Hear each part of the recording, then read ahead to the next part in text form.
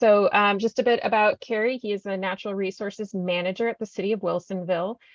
He's worked there for 21 years, working on everything from program development, compliance with local, state, and federal requirements, capital project planning and implementation, stormwater management and permitting, managing and enhancement and restoration projects, pollinator conservation, and environmental education.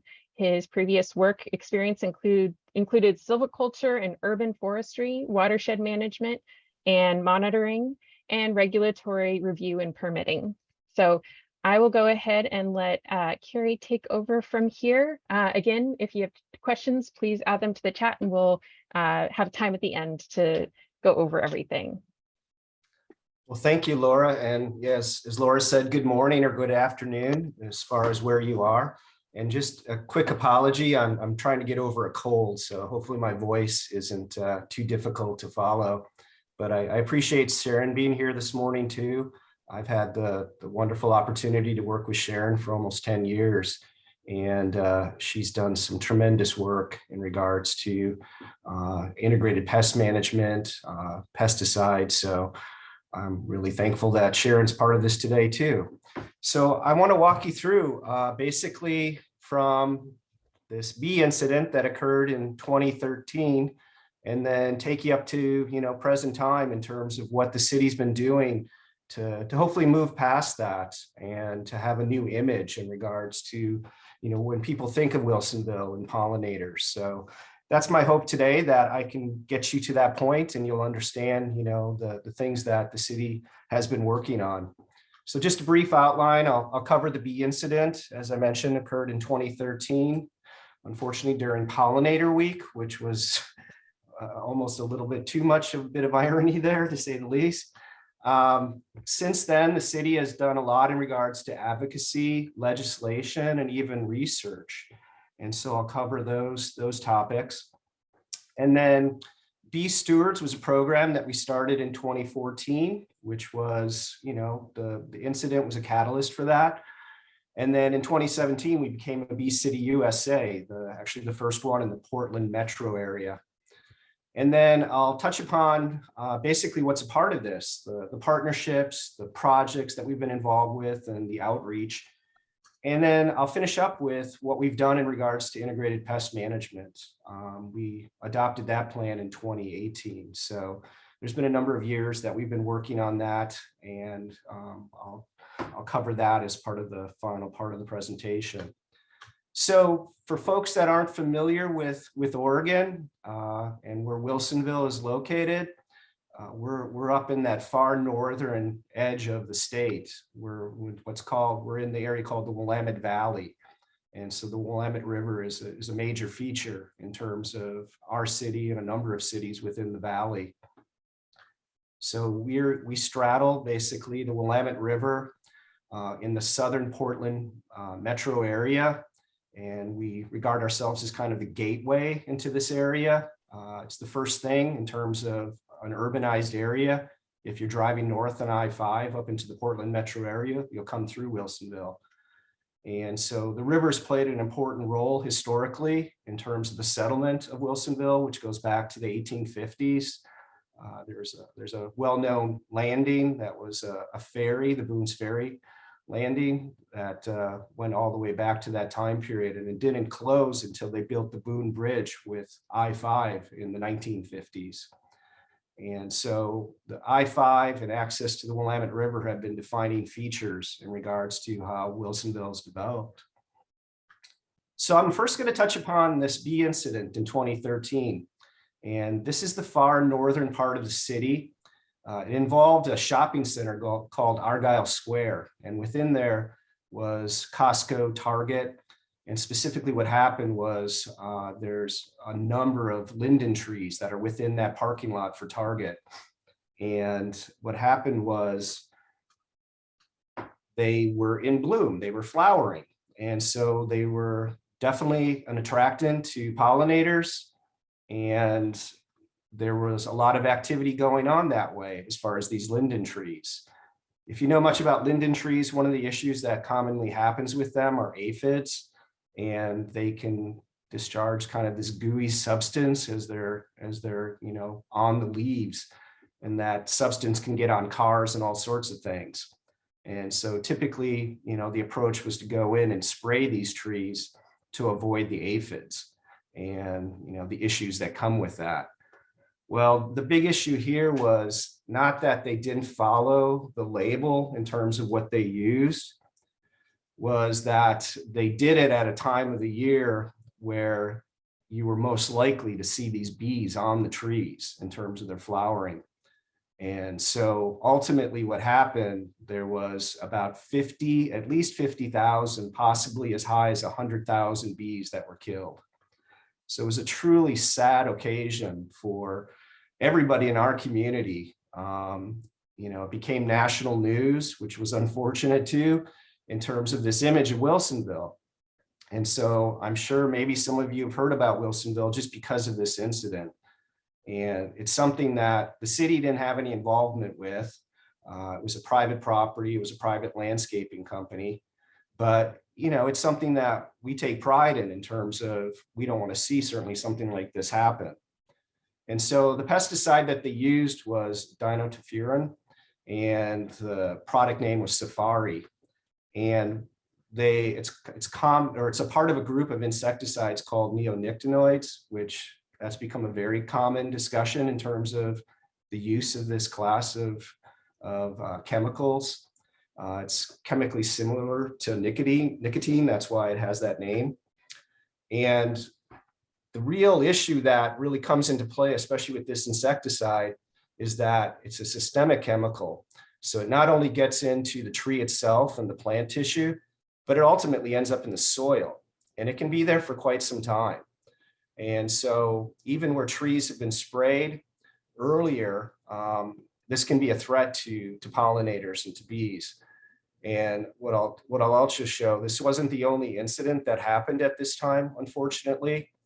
And the other locations, those were actually affected by the spray that had been done months before. And it still was in the plant itself or the trees, and possibly, it was the soil that was affecting them too. And so that led to some other, bee incidents within the Portland metro area.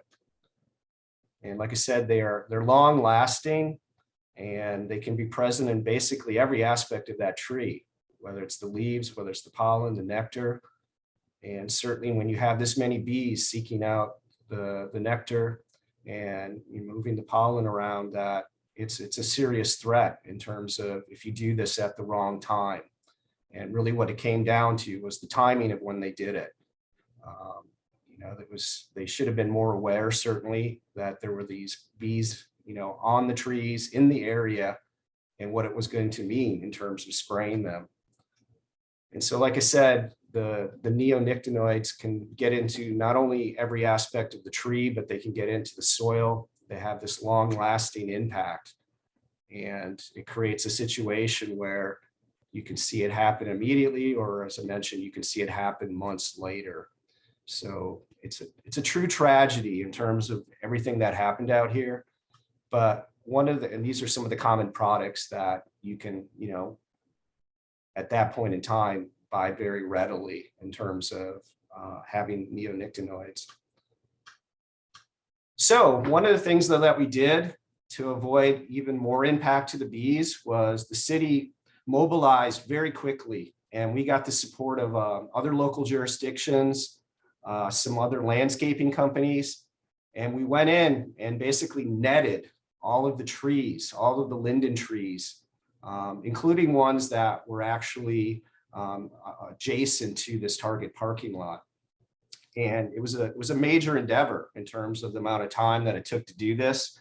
Actually, my boss came up with the idea for netting the trees. And ultimately, we ended up with kind of a situation where it looked like something out of a Dr. Seuss book, but certainly not with the happy ending that you would want to see.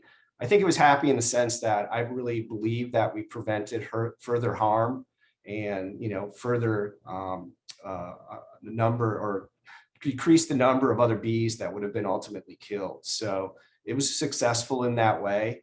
And it really showed, like, when people come together, they can do something truly meaningful, even in a situation like this, which was heartbreaking. So immediately, the Oregon Department of Agriculture was called in, and they were, looking at the site, inspecting the site, as well as Xerces Society had a huge role to play immediately as sort of the voice for conveying information to the media. And ODA conducted their own investigation. And basically they found that, the company that did this was liable, especially in terms of the timing when they applied the pesticide. And as I mentioned, there were these other 3 incidents in the Portland metro area. They were smaller in terms of the impact. And as I mentioned, that they happened because of trees that had been sprayed months before. So it just, showed you that it has a very long lasting impact. Subsequently, ODA put in some permanent restrictions on dinotefuran and imidacloprid. And, that's been in effect since 2014. There's also been other restrictions that have been put in place since then, which I'll touch upon in terms of our advocacy. And to the best of my knowledge, correct me if I'm wrong, but this Saving America's Pollinators Act has still not been approved by Congress. But correct me if I'm wrong there, but our Congressman Earl Blumenauer has been advocating for this for quite some time. And, it'd be a wonderful piece to add in terms of how we deal on a national level with pollinators and how we deal with these insecticides and pesticides that can be such a threat to our pollinators. So from the beginning, in terms of advocacy and supporting legislation, the city, certainly supported restricting the use of neonicotinoids.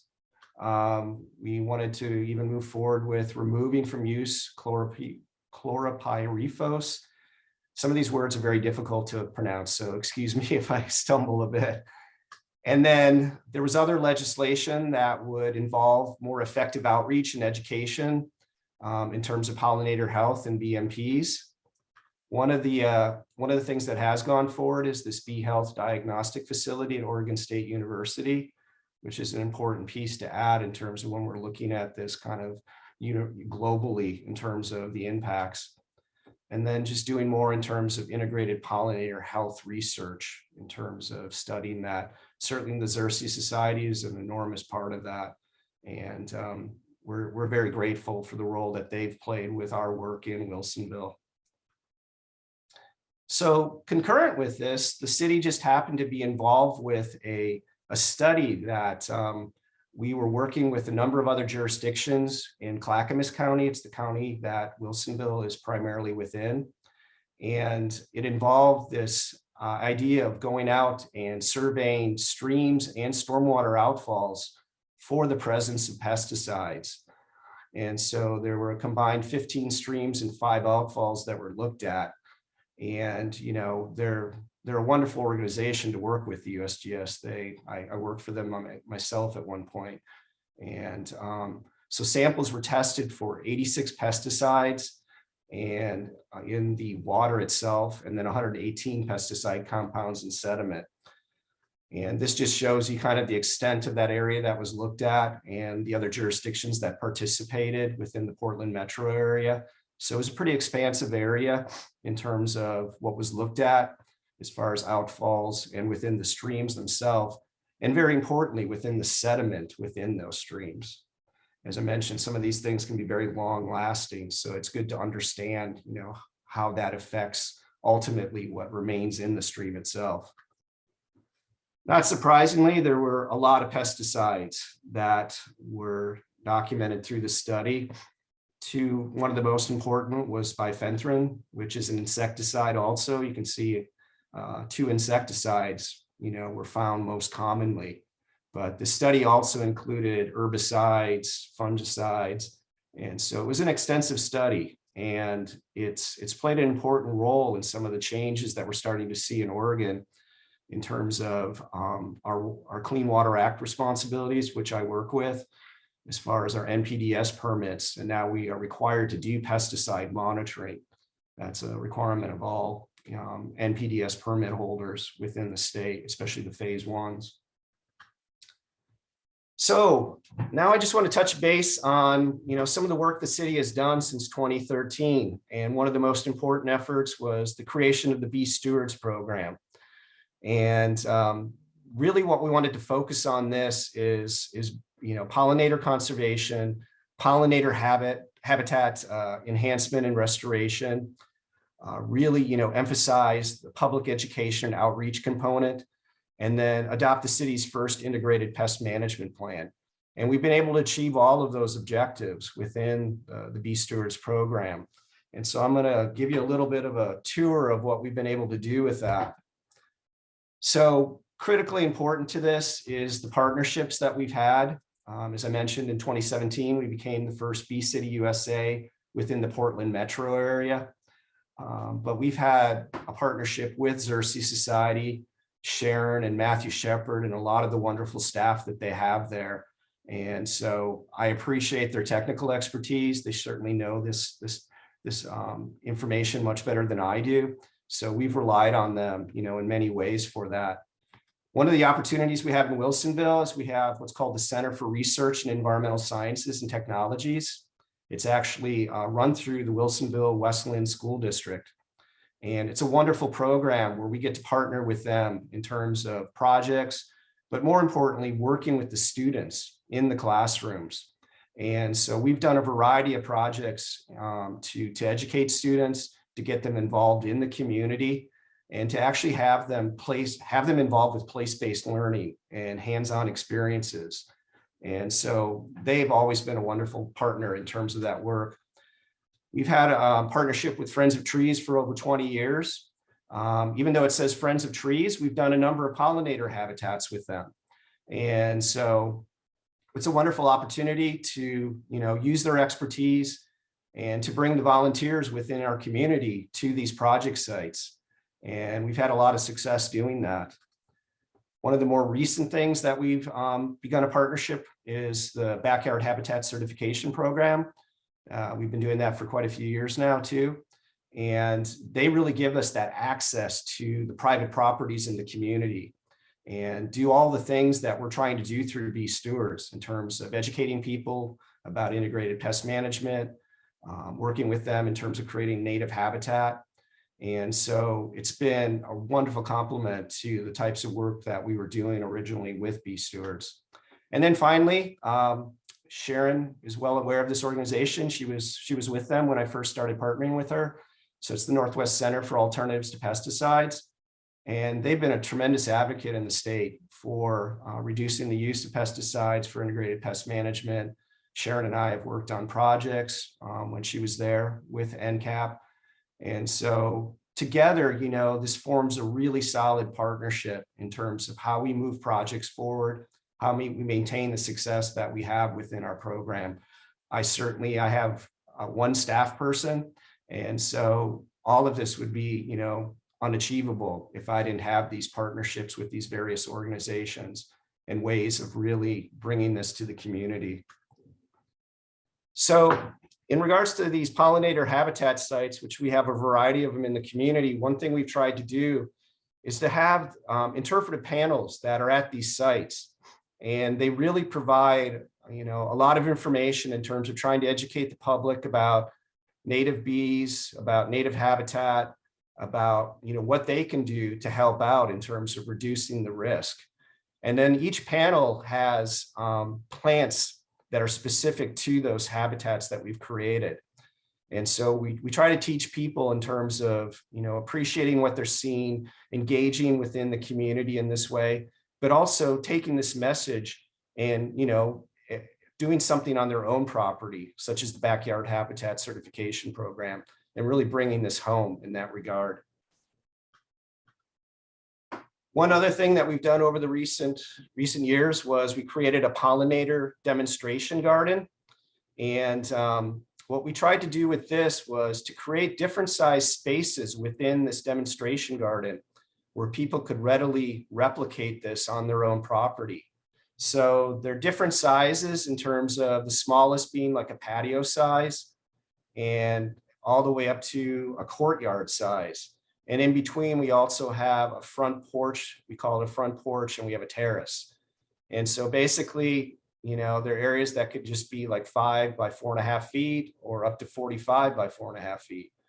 And as part of this, they can access these plans, the plantings. There's an interpretive panel at the site that has a QR code that takes them right to the website and has all of these planting designs that they can access and hopefully make use of within their own properties. Another important tool that we developed many years ago, we call it the Bee Stewards Pollinator Toolkit. And this is also available on our website. And once again, this was a great partnership with a number of people to create this toolkit. What I really love are some of these kind of general descriptions of wonderful depictions here, describing, sort of the seasonality of how things flower and how important that is in terms of attracting pollinators.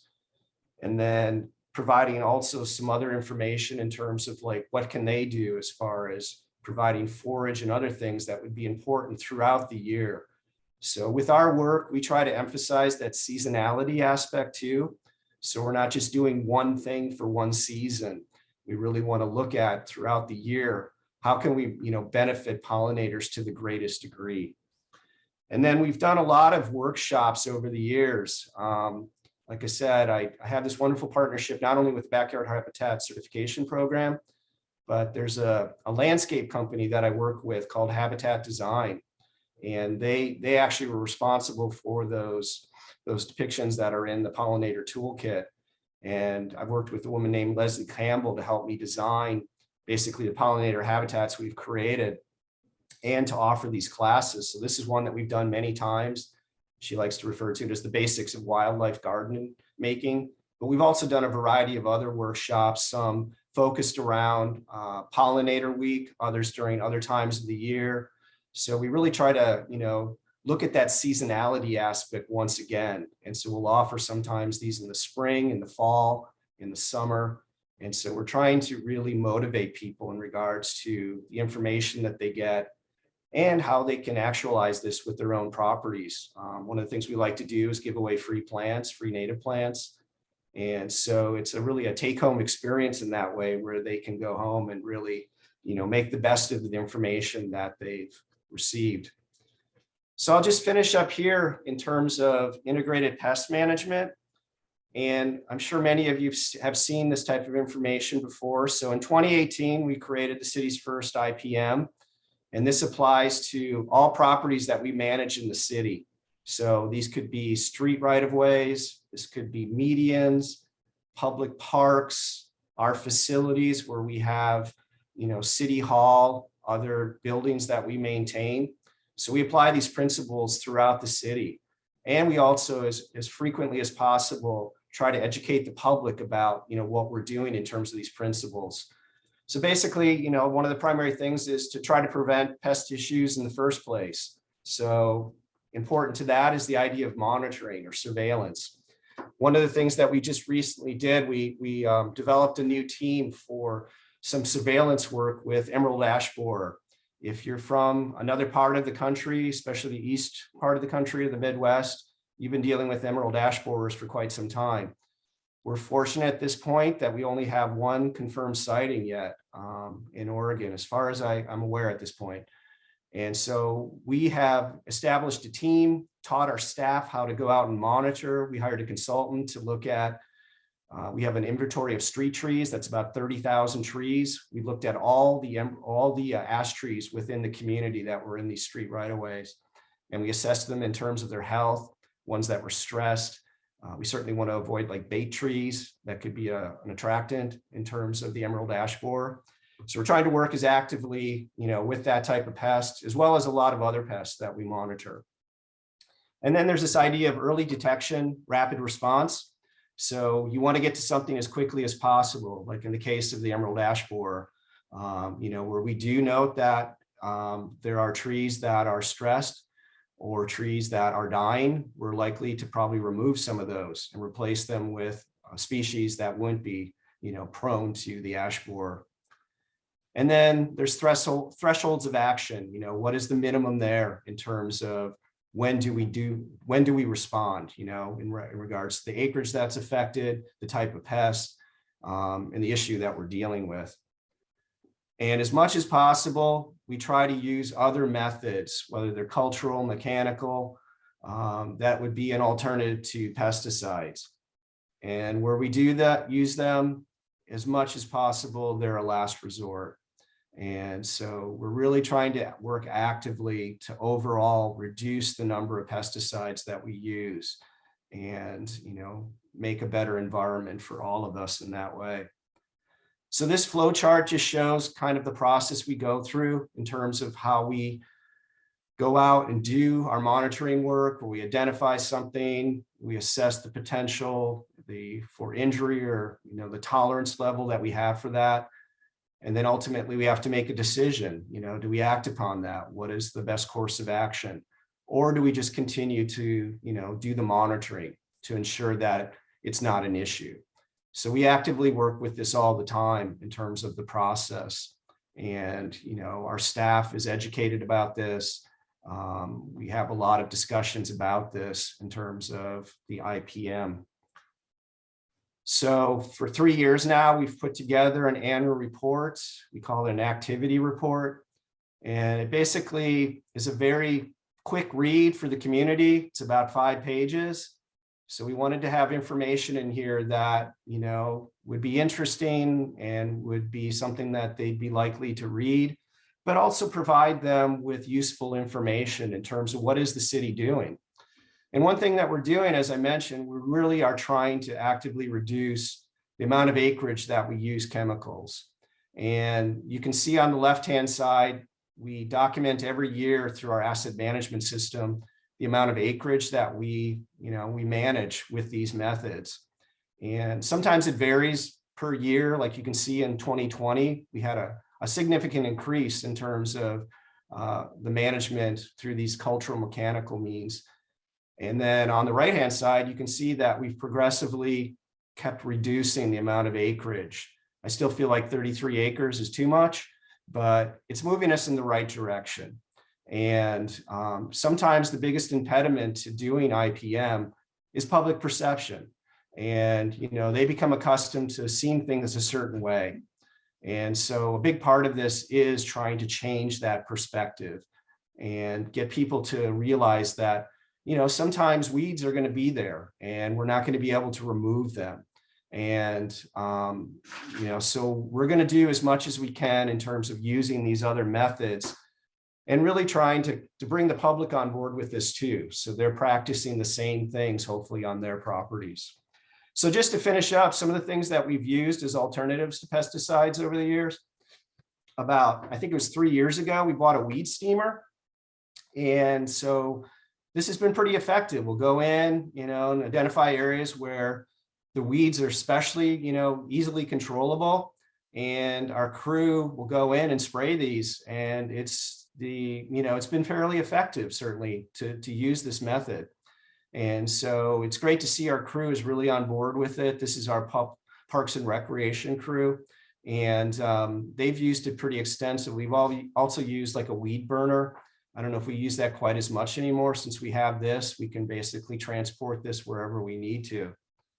Certainly volunteers are a huge part of it. We have an annual event that we call in Wilsonville's Environmental Resource Keepers Day. And typically in the past, prior to COVID and the pandemic, we would get, well over 300 volunteers that would come in on that day. And we did a variety of things between invasive species, maintaining our parks, trying to make a dent in terms of what we would have to control through other means, certainly. And we do a lot of volunteer projects throughout the year. We recruit people that way. We try to get them active in our parks. We have, like most people that are going around and cleaning up the streets in terms of some of the work that they do too. So, and then the last item, which I've always felt really great about this, is that we've used goats off and on now for 20 years. And so just last year, we had the goats in Memorial Park, which is our largest park in the community. And they typically will browse an area of about a couple acres. Well, for the most part, use them to control ivy. This photo here, they're actually doing some work on a slope with blackberry. But we've had goat herds over the years that ranged in size from like 300 to more recently. It's actually difficult to find people that have these services. One of the impediments is that really in Oregon, the goats can only do the work for about 4 or 5 months out of the year. And then the rest of the year, that farmer or rancher has to basically feed those goats.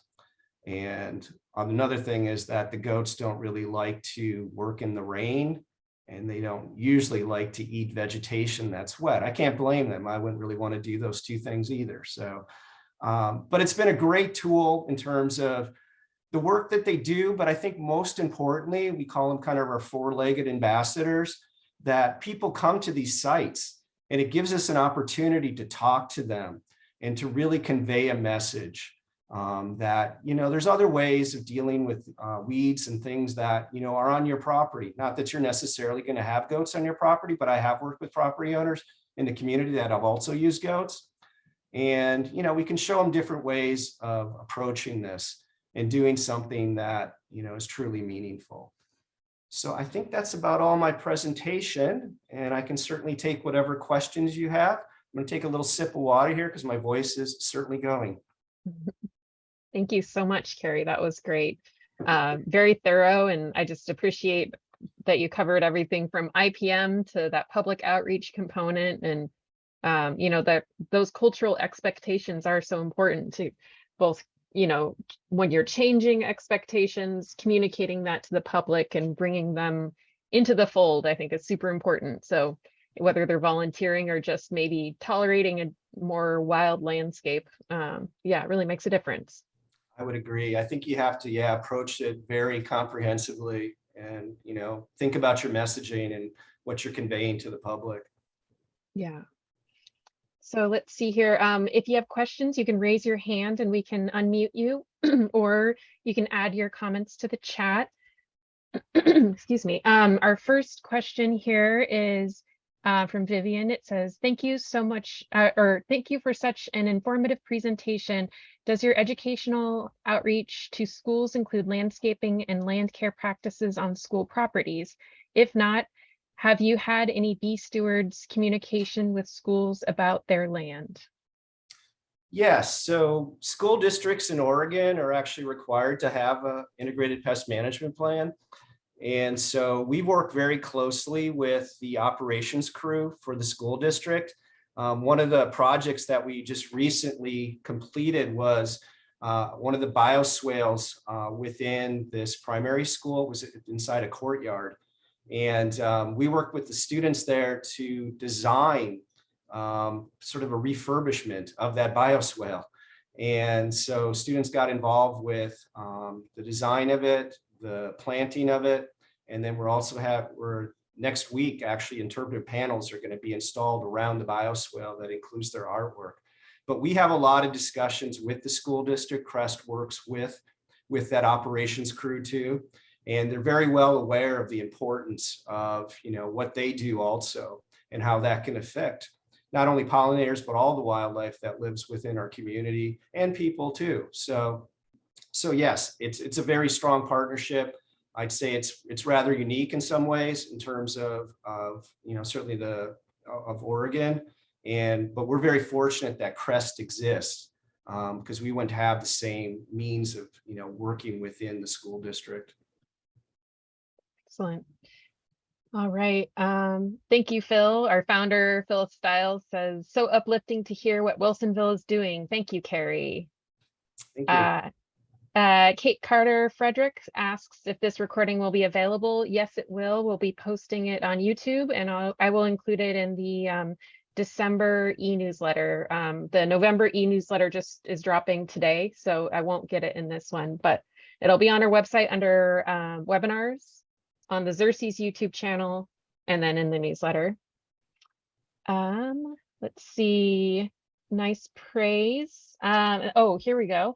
Eden asks, thank you so much for your presentation and your work. I am a community garden facilitator and find people are often afraid of getting stung by bees and wasps. Have you encountered this? And if so, how do you help people overcome this fear?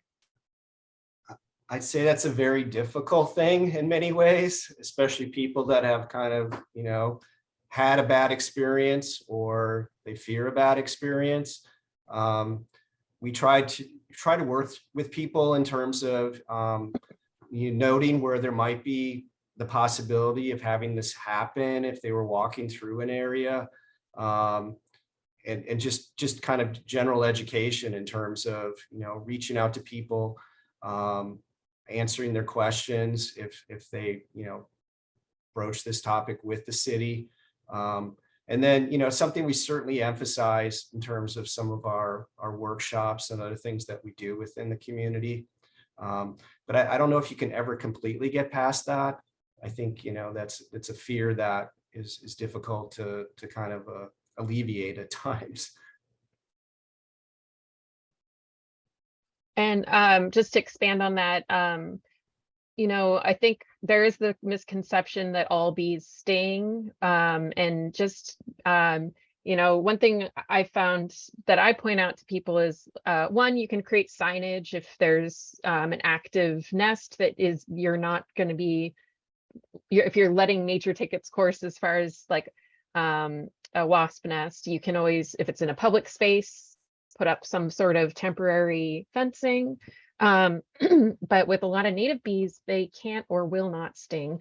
And there's 3,600 species of native bees in the US and most of them are very gentle. So there is people not always knowing the identification of what they're seeing can be, there may be unfounded fear.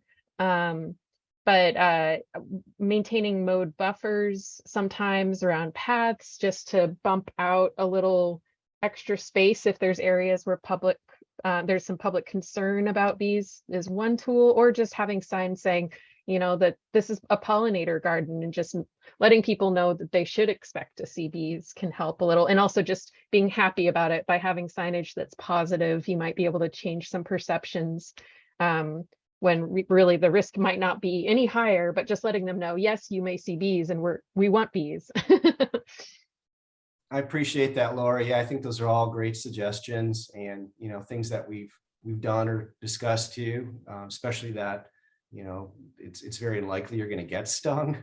And so I hope people recognize that, but sometimes, fear is a tremendous motivator. So yeah. All right. John asks if you can provide the reference for the USGS pesticide survey. If you want to put that in the chat, Carrie, we can also share that in other means. Okay. Yeah. I could probably, is there any way I can after this, just give you a link to that or something? Yeah, I can add it to the next e-newsletter. And also if people want to email me, I'll put it in the chat. I don't think I can re-email everyone who attended, but if anyone wants that link, I can email it directly to you. My email's in the chat, laura.rost@xerces.org. Thank you. Yeah. All right. And let's see. We're doing good on time, so we have quite a few questions here. All right. Have you considered attracting birds to do insect controls? Well, it's nice that you asked that question. One thing we're trying to do is to set up some owl boxes. It's not necessarily for the same reason, but we're looking at other means of controlling some things that might be considered pests.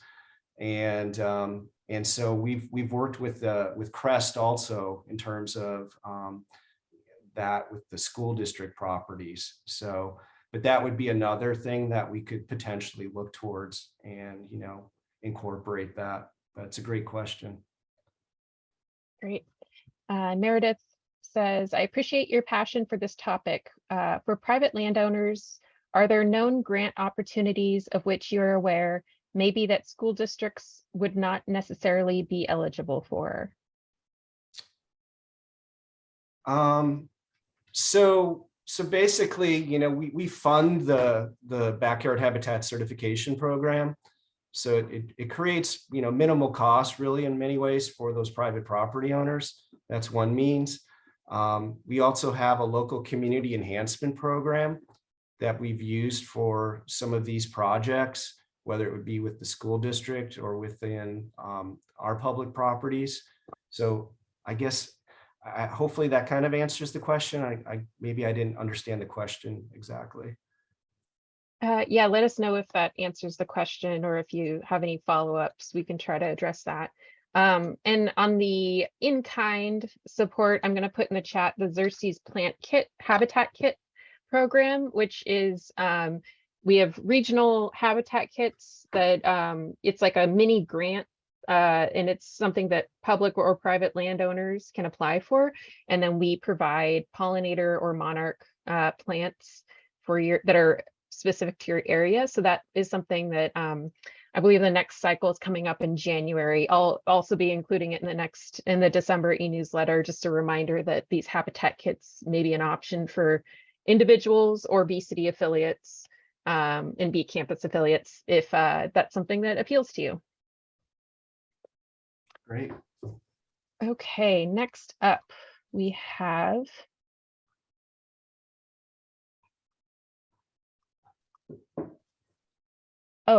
Phyllis asks, how does your IPM work impact guidelines for developers?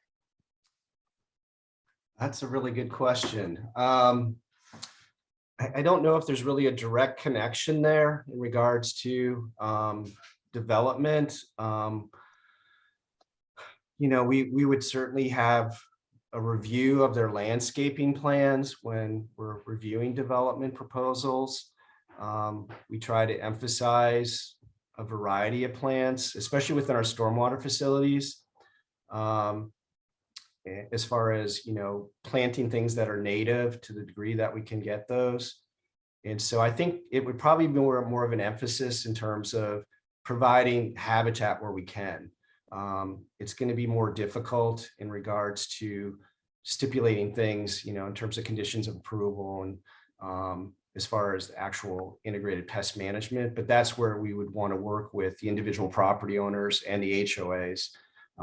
We spent a lot of time working with HOAs in the community, and we would, push them, and we have pushed them in direction of trying to follow, IPM also, and minimizing their use of pesticides, and just really having them, be a resource in the community. That's very interesting to hear. I'm interested in HOA policies for like sample policies for Bee cities to potentially utilize. So I'd love to follow up and discuss ideas you might have for what some of that language might look like that maybe our affiliates could utilize in their areas. Yeah, I'd like to explore that more. We're looking at some other ways of really having, a better relationship in terms of being a resource for HOAs. I mean, we've done quite a bit of that, but one of the projects I'm managing is the creation of a tree manual. And we certainly deal with a lot of issues in the community where trees are either improperly pruned or trees are removed where they shouldn't be. And so a lot of times that comes back to people, a part of an HOA, that are trying to make decisions for those subdivisions or, those areas. So yeah, I'd welcome that, any kind of discussion. I think HOAs are critically important. I agree. Yeah, maybe that could be a webinar topic in the future. I'd like that. All right, let's see. We got a question from Joanna. Great presentation. Pollinator-friendly management methods are often more expensive and time-intensive. How do you address the funding side? I'd say it's a challenge.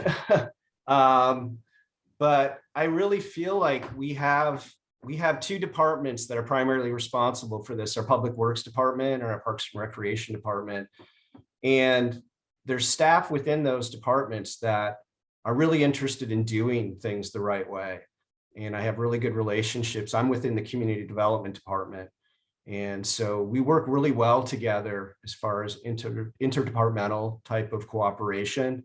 So I think it starts with that. You have to have the advocates for this type of thing within, within those groups of staff that will be implementing this. And they really have to believe in it and buy into it. I basically manage that reporting that's done every year as far as our activity report. And so I think there's a lot of pride in terms of like, okay, we're trying this alternative method now. We're doing something that doesn't really involve pesticides like the weed steamer. That was something that, the Parks and Recreation crew were very excited to implement. So I think it really starts at that level. And if you don't have that level of commitment and you're not going to make the same type of funding choices that you'd want to see. And so, as much as possible, we keep moving in the direction of trying to reduce the use of pesticides, but certainly there are going to be economies of scale too, where sometimes using a pesticide is maybe the only alternative you have. But I don't want to say that's the only alternative that we'll have in the future. And I think this is always, something that we hopefully make progress towards and keep changing people's perspectives. Like I said, especially within the community, I think sometimes we just have to, as residents of any community, be willing to accept something looking another way, where it maybe, doesn't look exactly the way that you wanted it to in terms of the aesthetics, especially. And so, and then our city council is very on board with all of this, and they're very interested in it. So I think, when they're looking at the budget, they would want to push things in this direction too. Yeah, and I don't know if Sharon wants to speak on this as well, but I would just also mention sometimes it's funding moving into different pots. It may be that costs up front may be higher, but once you get some native plants that are lower maintenance potentially installed and you start implementing a wilder landscape, you may find that some of the repeat costs may be diminished. Or, you may have more mechanical weeding sort of work to be done, but you may be saving money in other ways. I know Sharon had a study that she quoted that showed the cost of maintaining a lawn versus a pollinator meadow, that upfront the costs are higher, but in the lifetime of that property, the costs are significantly lower for a natural style pollinator meadow.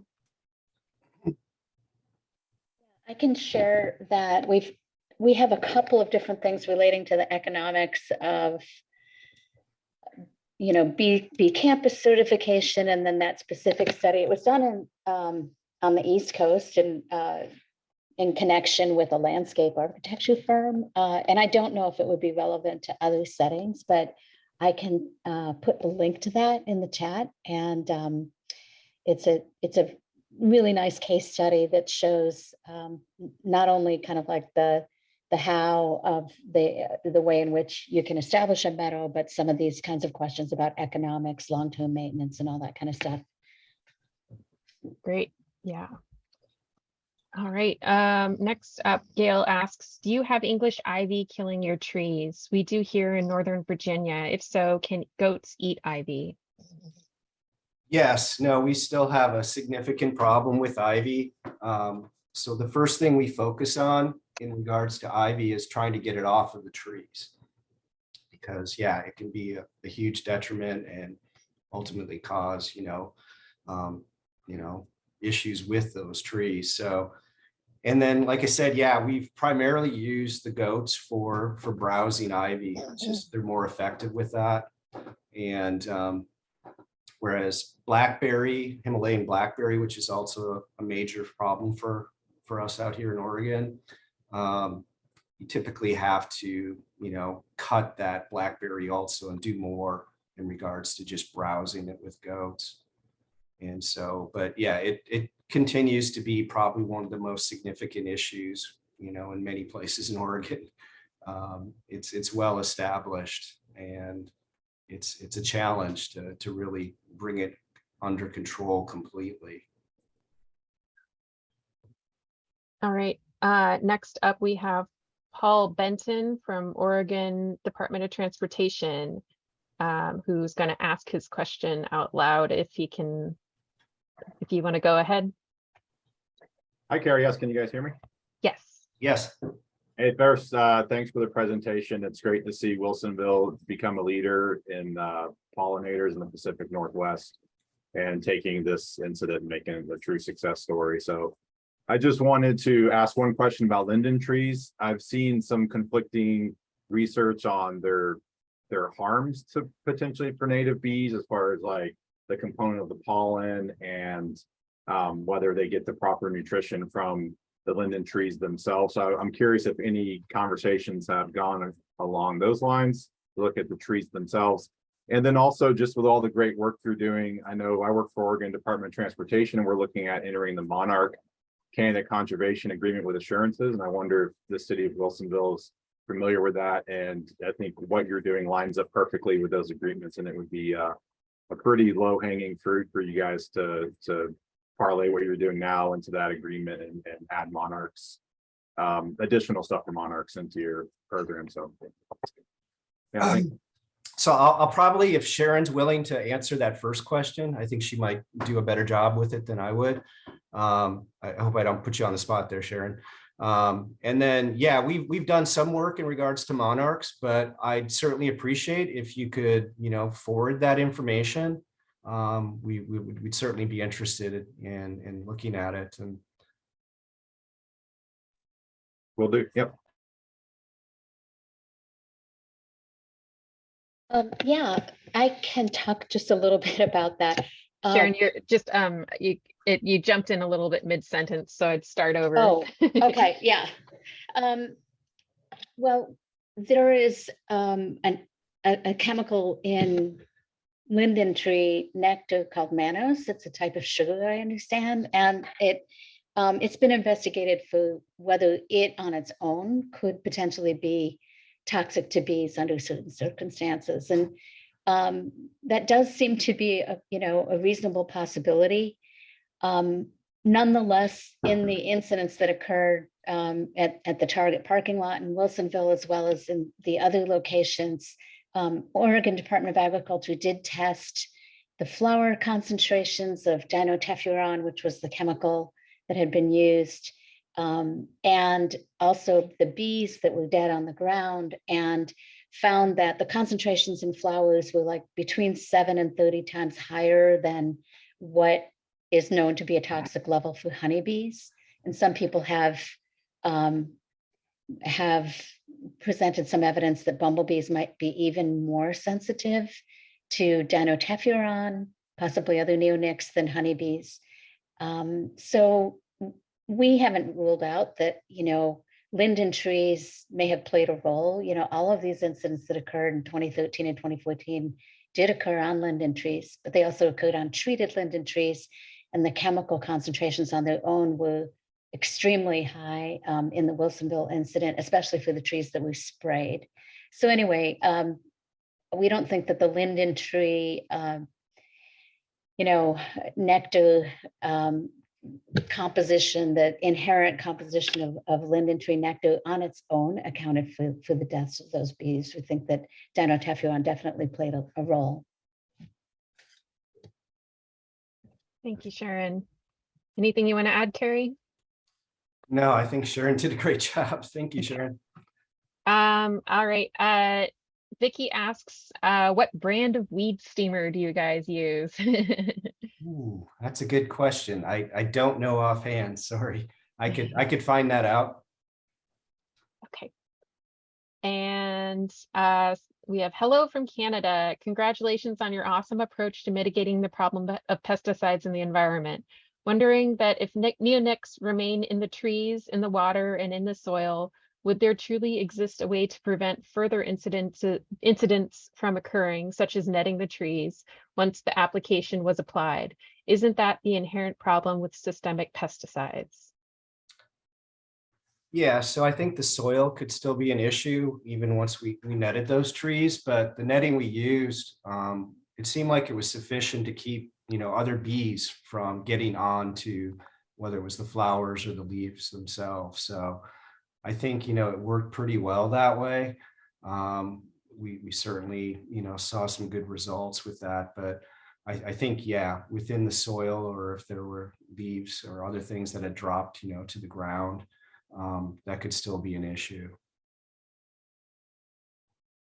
Sharon, do you want to expand on systemics or anything? Yeah, sure. Can you read the question If again, Laura? hold on a sec, your mic Okay. takes a sec before it kicks on. Oh, sorry. Can you There you go. read the question again? I didn't hear the first part of it. Yeah, sure. Wondering that if neonics remain in the trees, in the water, and in the soil, would there truly exist a way to prevent further incidents from occurring, such as netting the trees, once the application was applied? Isn't that the inherent problem with systemic pesticides? Yeah, this is a great question. And again, just the lessons that were learned from these incidents back in 2013 and 2014 in Oregon. In some cases, the incidents occurred from the pesticides actually being sprayed on the trees and on the flowers directly. Like most of the trees in Wilsonville experienced that kind of application where they were spraying the trees. But there were a few trees at that site where they put down what they call a soil drench, which is sort of like watering in the pesticide into the soil. And in other places, there were bark sprays where basically you just spray the bottom part of the trunk of the tree.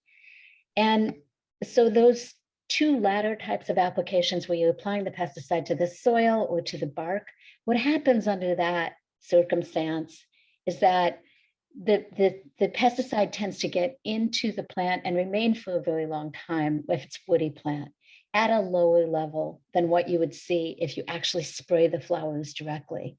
The highest concentrations of the chemical were in those sprayed flowers. And we see that study after study. If flowers that are blooming are sprayed, the concentrations can be really, really high, but then they decline quickly.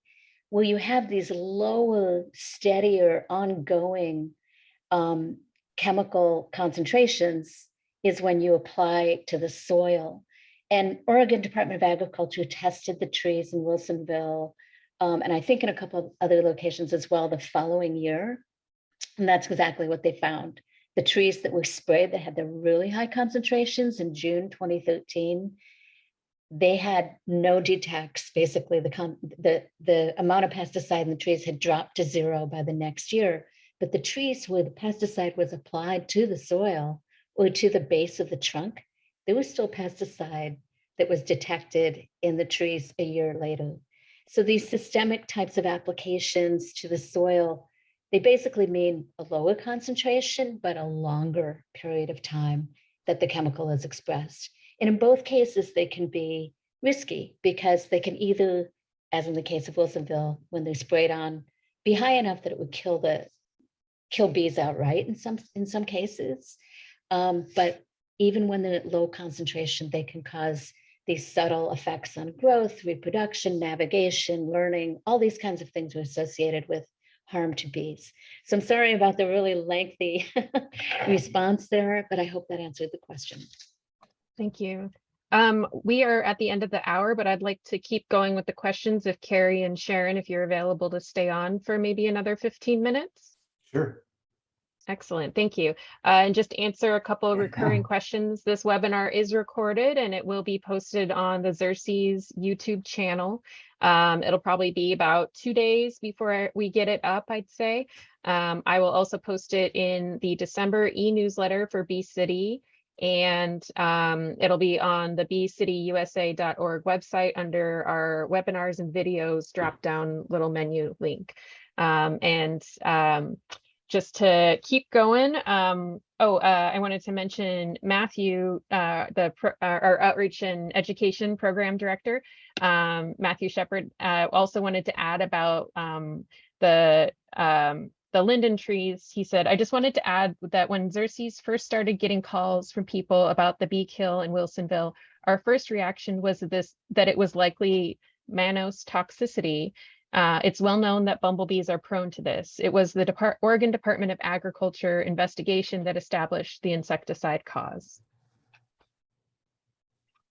All right, and then John asks, is there any evidence of neonics making their way into honey?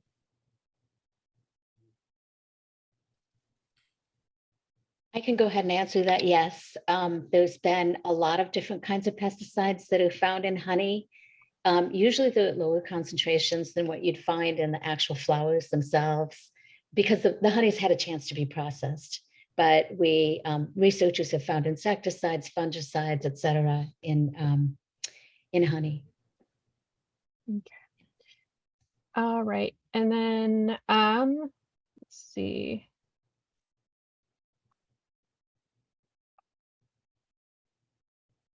Okay, Anne says, our director of public works is not open to IPM for lawn management. Use of post and pre-emergence, fire ant poison, fungicides, and Roundup are used often. Would it be your best strategy to test our lake water for the presence of pesticides and go from there? So just to clarify, to provide a connection there in terms of trying to have a discussion, I assume. I think so.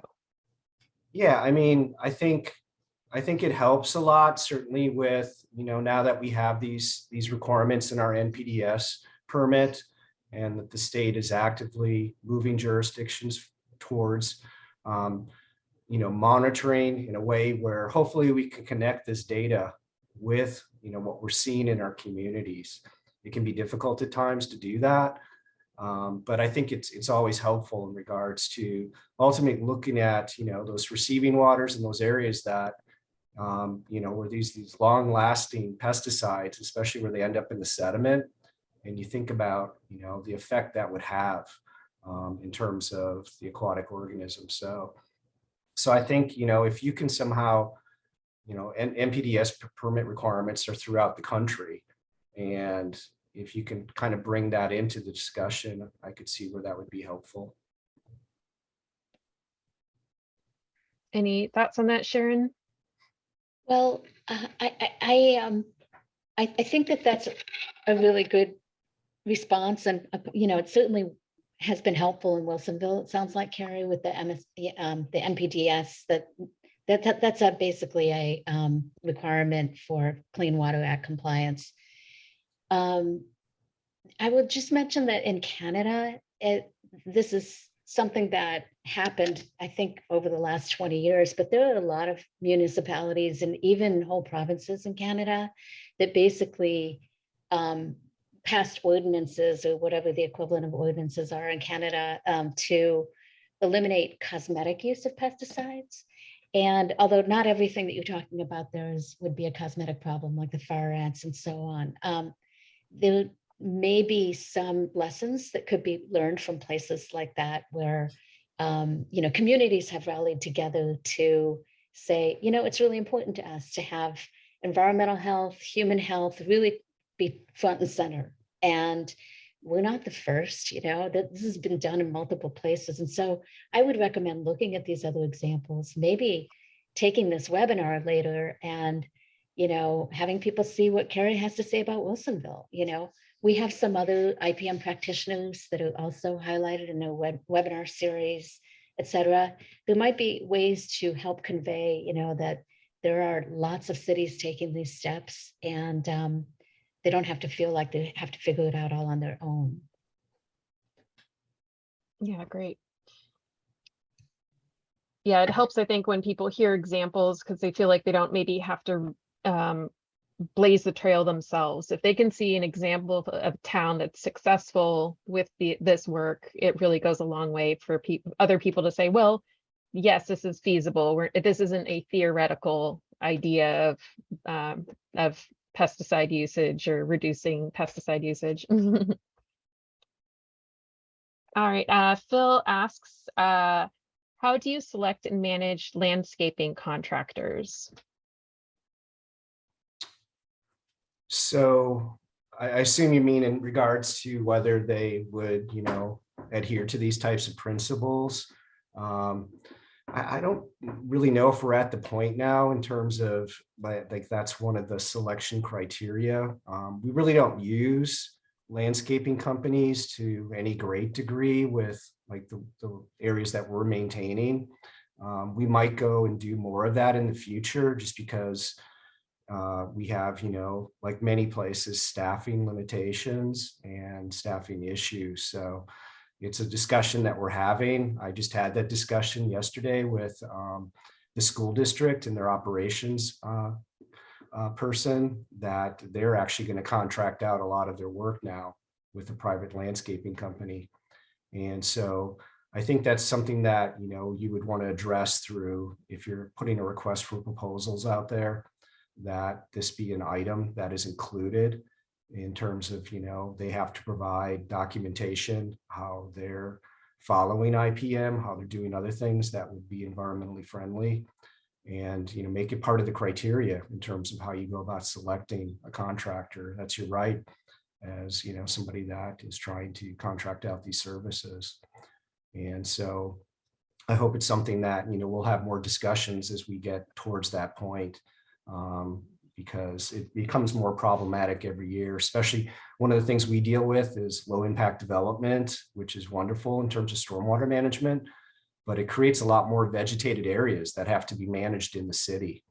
And, you know, so it's something that is challenging in regards to where you basically have a fixed number of staff. And so I think you're going to see more of that in regards to, you know, municipalities where they might have to choose to go that direction. And I hope those type of criteria are included in the selection process. Sharon, anything you want to add to that?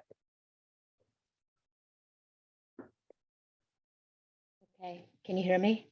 I am muted. Try now. Okay, I will just add that I'm pretty sure it's Virginia Tech. There's been some really, really good work done on contract specifications, particularly for public housing. And I know that the question was about landscaping, but I think the principles that are available from Virginia Tech about writing contract specs could be utilized for landscape contractors as well. So I would encourage you to go look for some of that information at Virginia Tech. I forget the woman who is the person behind all that. She's a professor and extension person there, but really, really excellent work on pests in public housing, particularly cockroaches. So I think if you Googled those terms, you might be able to find this information. She's very helpful. Great. And Virginia Tech is one of our newer B campuses. Oh, awesome. All right. Next up, we're gonna go on for another about 5 minutes. So I've got a few more questions, and after that, we're gonna call it a day. So let's see. We have a question from Mary. Have you experienced cost savings as a result of moving away from pesticides? I wouldn't say we have like documentation of that, but I think that what's important in regards to it is, yeah, you know, there's certain methods that we could use, like the goats in particular, where it's fairly cost effective in regards to, you know, what the areas that we're treating. But I think one of the more important things to me is that it's really, you're reducing the risk too that's associated with your own staff. And, you know, the last thing I want to see is them walking around with a backpack on and having to spray, you know, an area where we could have an alternative to that. And so I think, you know, to me, that is one of the most important considerations, you know, as far as how we you know, use our own staff in terms of this work, and really allow them the opportunity to find other ways to do things. And hopefully we can show that, you know, they're just as cost effective or even, you know, cost less. And so, so I think that's reflected in those acreage numbers that I showed you, that, you know, in 3 years, we've halved the number of acres that we use pesticides on. And, you know, we're looking for other ways to work with this acreage. And like some of it, like Sharon said, is, you know, getting people just to realize that if it's just a cosmetic type thing, if it's just an aesthetic thing, are they willing to, you know, to live with the way that that looks, as long as it doesn't compromise the functionality of something. And so I think those are all really important considerations, you know, and also trying to find something that, you know, is comparable or cost less. So. Excellent. And next, Matthew, Shepherd, if you are willing to jump on and answer Paul's question about linden trees, let me know. I'll just real quick read what Paul wrote. Thank you for the additional info on linden trees. I was curious not to challenge the determination of the bee kill in 2013, but just looking at the use of linden trees as an ornamental tree. Is there enough concern with the natural chemicals in the pollen/nectar that we should consider using linden trees in landscaping projects, even going so far as removing the ones that are currently established? Matthew, are you still on? Oh yeah, okay. Let me, Matthew, can you raise your hand so I can unmute you?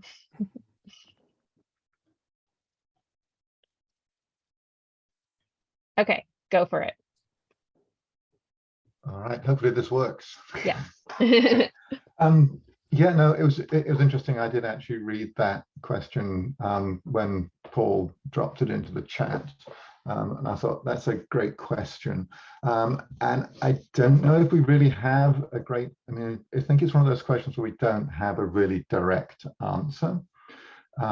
We know about the problem with the mannose, the sugar in the flowers. We know that it can impact bumblebees, but it doesn't impact them every time.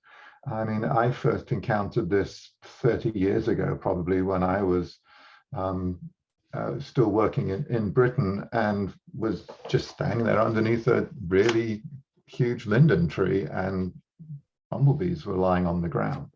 And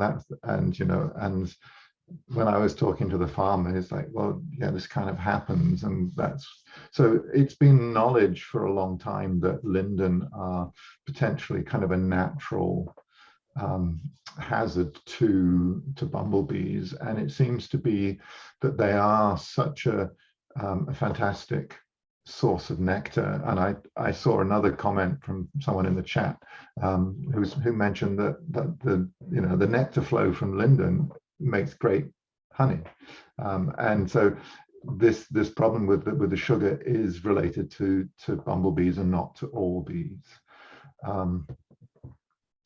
But yeah, so it seems to be such a big attraction that when the conditions are right, and it doesn't happen every year on every tree, I mean, there's so much variability, but when it's right, the bumblebees kind of get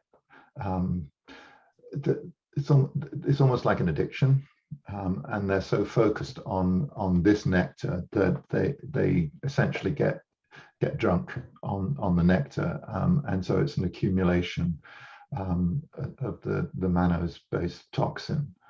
And so does this mean that we should be removing linden trees or not planting them?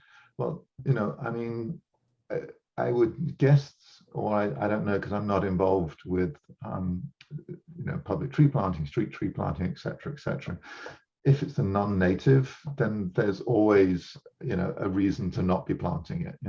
Typically native species, native trees are better supporting native bees. So you could say, well, if it's not a native species, then we could be looking at an alternative.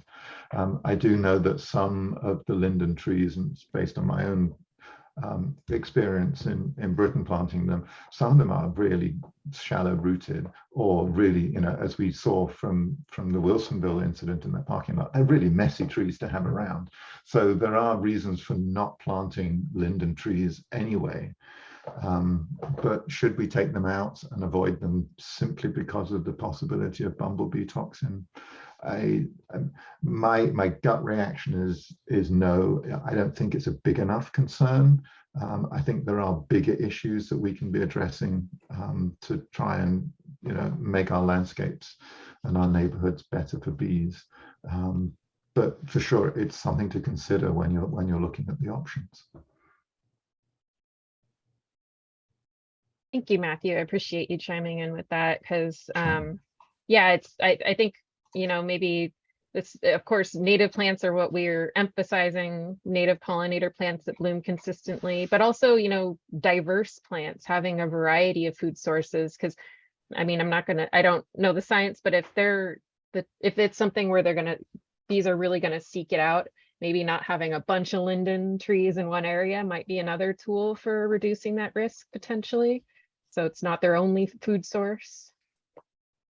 Yeah, I mean, definitely. Yeah, but trees are, I mean, trees have been called meadows in the sky because they are so, what one tree can have, I don't know how many flowers. I mean, how many acres of meadow would you need to replace the bloom on one big flowering tree? And, trees are really important components of our landscapes for sure, both for, shelter, shade, all sorts of benefits, but for feeding pollinators and other insects, they are greatly important. Yeah. Okay, well, we are officially at our cutoff time. So thank you so much, everyone, for participating and your wonderful questions. These are great questions. I look forward to our next webinar because I feel like there's always more good questions from you all. Any last thoughts, Sharon or Carrie? Well, I just appreciate the opportunity to be here today and to talk a little bit about what we're doing. And it's great to see Sharon and Laura and Matthew. I've always enjoyed working, with you folks. So, and I learned things. I learned quite a bit today too, just listening to your responses. So I think that's the important thing, that, we work together. And like I said, I'm basically, one person, so I need to work with other people to achieve these objectives. So thank you so much. I really appreciate being here today.